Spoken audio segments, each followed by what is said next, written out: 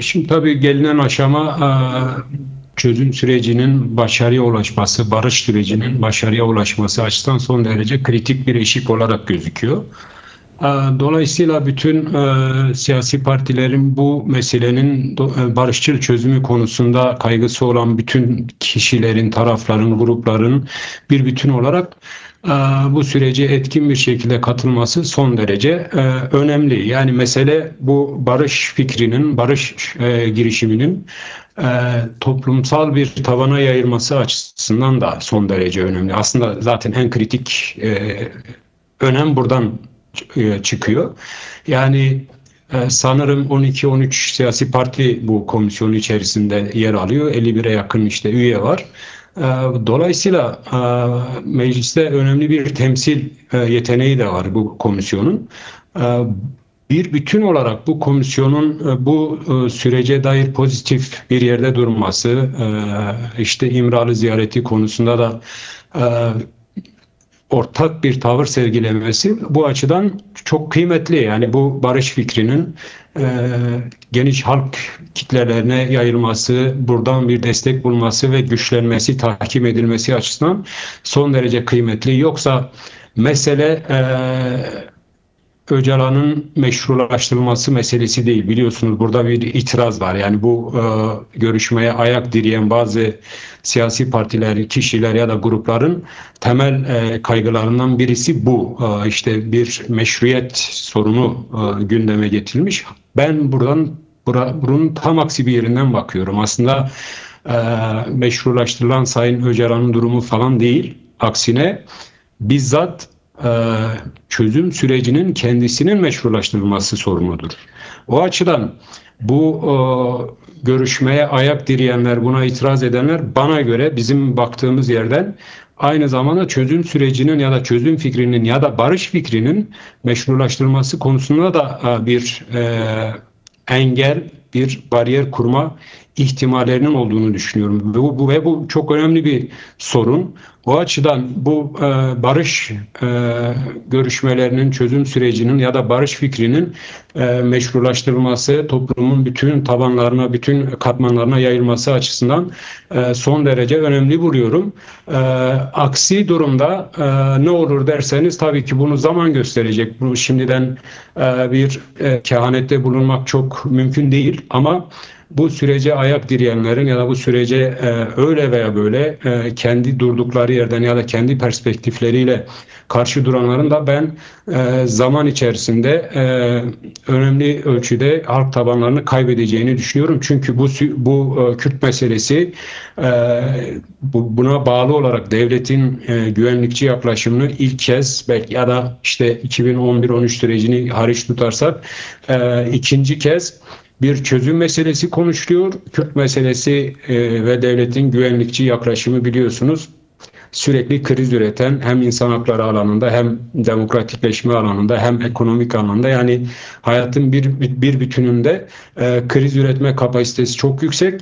Dolayısıyla aynı zamanda bu Türkiye'nin geleceği, demokratik geleceği açısından da son derece önemli. Umarım bütün siyasi partiler ya da işte bu sürecin başarıya ulaşması konusunda çabası olan herkes şapkasını bir kez daha önüne koyar ve sağlıklı bir karar verir diye umut ediyorum. Şimdi geçtiğimiz yıldan bu yana bakarsak eğer özellikle geçtiğimiz yılın Ekim ayında MHP lideri Devlet Bahçeli önce DEM Parti sıralarına gitmiş, tokalaşmıştı. Ardından da mecliste yani grup toplantısında yapmış olduğu bir açıklamayla sürecin fitilini ateşlemişti. 27 Şubat itibariyle Abdullah Öcalan'ın yapmış olduğu açıklamayla beraber de sürecin başladığını söyleyebiliriz. Ancak özellikle Bahçeli'nin açıklamasından sonra yani Şubat ayına kadar olan bölümde hak ihlalleri artarak devam etti. İşte kayyımlar tekrar geri geldi, siyasetçiler tutuklandı. Diğer bir taraftan da savaşlar devam ediyordu. Kuzey ve Doğu Suriye başta olmak üzere yine Irak ve Başure Kürdistan bölgelerinde de saldırılar artarak devam etti. Peki çözüm sürecinin başladığı tarih olarak kabul ettiğimiz 27 Şubat'tan bu yana hangi ihlaller devam ediyor? Yani siz bir süreç içerisinde olduğumuzu görüyor musunuz? Yoksa ihlaller artarak devam mı etti ya da aynı oranla devam mı ediyor?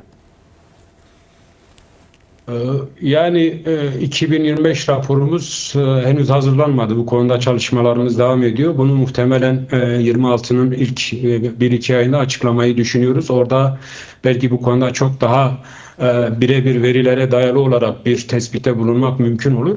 Ama ilk gözlemimiz bu çözüm sürecinin ya da barış sürecinin konuşulmaya başladığının ikinci çeyreği, ikinci yarısında özellikle yaşam hakkına yönelik ihlalerde çok hatırı sayılır ciddi bir düşüş olduğunu gözlemliyoruz. Yaşam hakkı nispeten işkence yasağı gibi konularda önemli bir düşüş olduğunu gözlemliyoruz.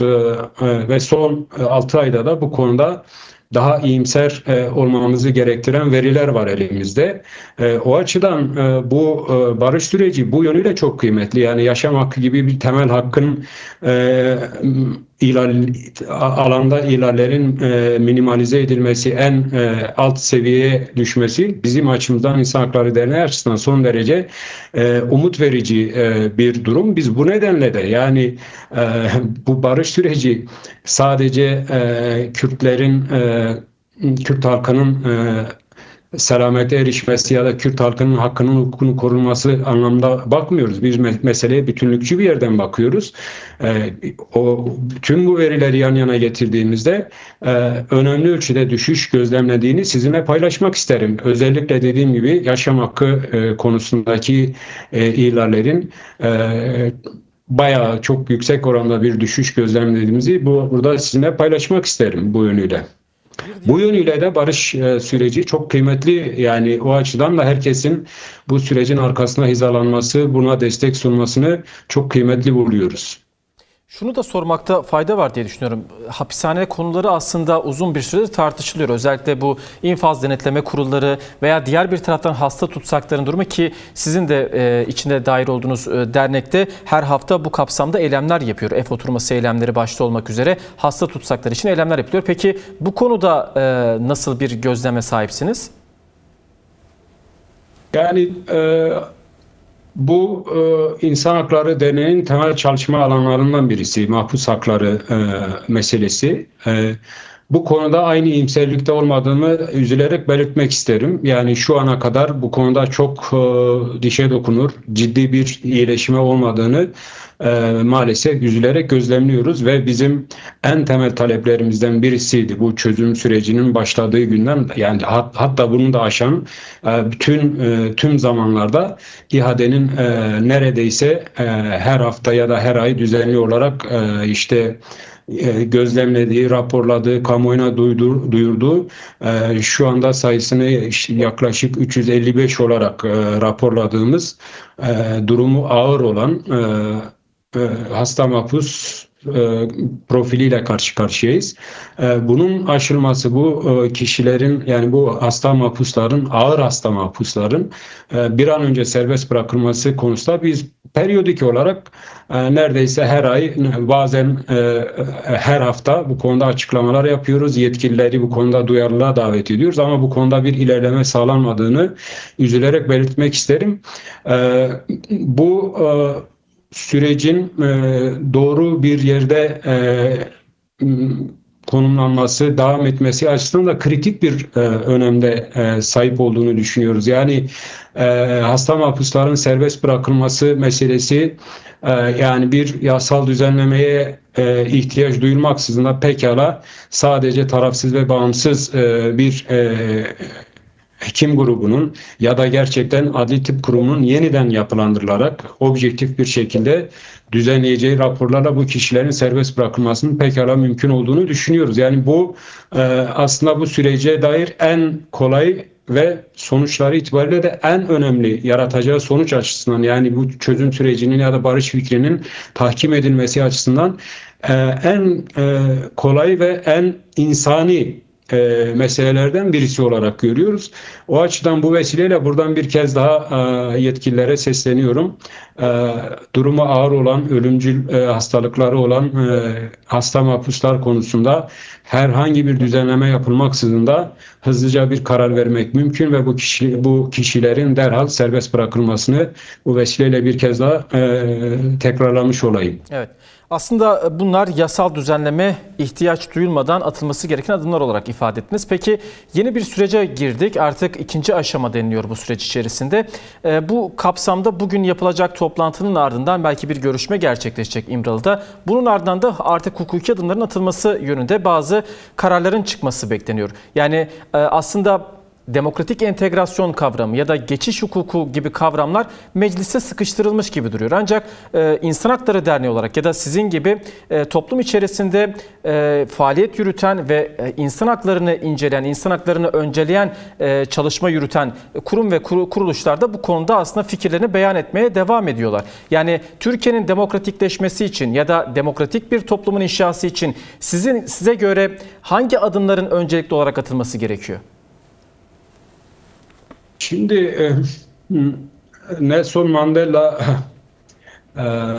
ya bu müzakere meselesi sorulduğunda bu konuda siz hani bunu bir cümleyle ifade etmek isterseniz tam olarak ne dersiniz diye sormuşlar.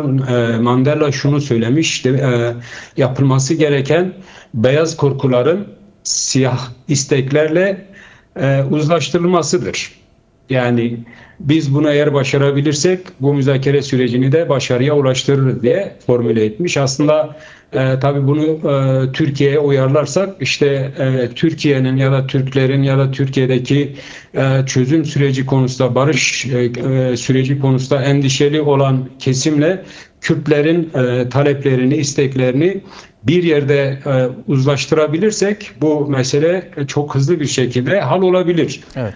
Elbette buna dair söylenecek, sizin sorunuza dair söylenecek çok şey var. Yani yasal düzenlemeler, anayasal düzenlemeler ama şunun da farkındayız ve dünya deneyimleri bize şunu göstermiştir ki bu kadar kadim bir meselenin bir çırpıda çözülmesini beklemiyoruz kendi adımıza. Ve bu gerçekçi de değil doğrusunu söylemek lazımsa ama bu şu anlamada gelmiyor. Bunun üzerine yatmak ya da işte sürekli talepleri güncellemek, Kürt tarafından taleplerde bulunmak da bu çözüm konusunda bir tıkanmaya yol açabilir. Bu konuda Jonathan Powell'ın meşhur bisiklet teorisi var. Yani bisikleti ilerletmek isterseniz ya da ilerlemesi için sürekli pedallerin çevrilmesi lazım. Şu ana kadar bu bisiklet önemli ölçüde Kürt tarafının çabası üzerine pedaller dönüyor ve ilerliyor bu bisiklet. Şimdi deyim yerindeyse artık bisikleti bu pedalı çevirme sırası devlette ve iktidarda. Bunun için yapılması gereken tabii ki işte 11 Temmuz'daki silah yakma meselesi, sonrasında işte silahlı güçlerin sınır dışına çekilmesi, hatta onu da aşan bir şekilde Türkiye silahlı kuvvetlerinin üslerinin bulunduğu sanırım Metina kampının boşaltılması gibi yani bütün muhtemel provokasyon ve sabotajları önlemeye yönelik bir girişim oldu. Bizim açımızdan son derece memnuniyet verici. Ama işte bu silah bırakma meselesinin sonuçta bir ete kemiğe büründürülmesi. Yani bu silah bırakan örgüt mensuplarının, militanlarının sisteme entegrasyonu, Türkiye'ye dönüşleri, siyasal faaliyetlerde bulunma gibi bir dizi yasal çerçeveye ihtiyaç duyuyor. Bunlar yapılmadan da bu sürecin yani bu silah bırakmanın ya da silah yakma meselesinin çok anlamı olmayabilir sürecin tahkim edilmesi açısından. Bu bağlamda hızlıca bir yasal düzenleme yapılması, özellikle silah bırakan örgüt mensuplarının Türkiye'ye dönüşleri ve dediğim gibi siyasal yaşama entegrasyonları konusunda ve aynı şekilde hapishanede bulunan kişilerin işte PKK'ya bağlantılı olarak hapishanede bulunan kişilerin de serbest bırakılması konusunda hızlıca bir yasal düzenlemeye ihtiyaç var.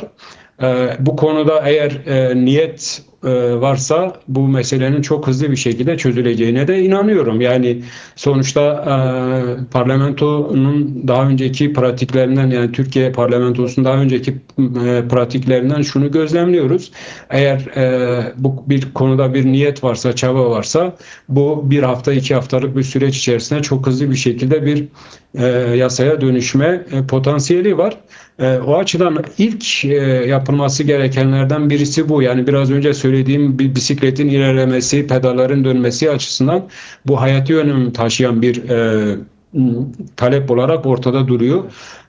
Umarım İmralı'da gerçekleştirilecek ziyaret sonrası bu konuda da bir hızlıca bir adım atılır ve bu sürecin, barış sürecinin doğru bir hatta yürütülmesi, tahkim edilmesi, geniş bir halk tabanına yayılması açısından böyle bir yasal düzenleme gündeme gelir diye umut ediyoruz.